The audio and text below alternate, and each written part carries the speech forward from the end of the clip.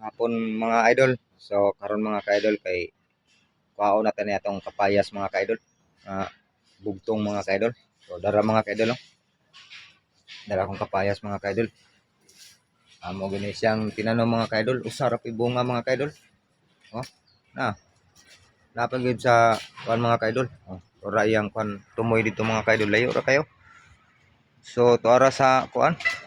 Oh, way bunga to ditong kinatumyan mga ka-idol pero naginusara ra gyud isang kapayas, hinog pa gyud.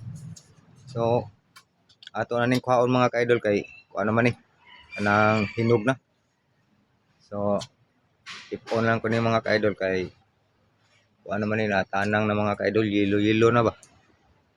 Oh, papaya ni mga ka-idol. So ato na ning pungison mga ka-idol. Kapayas, oh. Bago pa siyang kuan mga ka-idol, pungis. Fresh pang kapayas mga ka-idol. So nara mga ka-idol, to pa yang kuan mga ka-idol. Mao ra gyud ning usa ka bunga mga ka-idol. Wa ra gyud lain. Pero oh, yan tumoy mga ka-idol, oh. Way kuan mao pay pagsubol sa iyang kuan mga ka-idol. Sa iyang buwak ba nya. Bugtong ra gyud siya. Mga kapayas.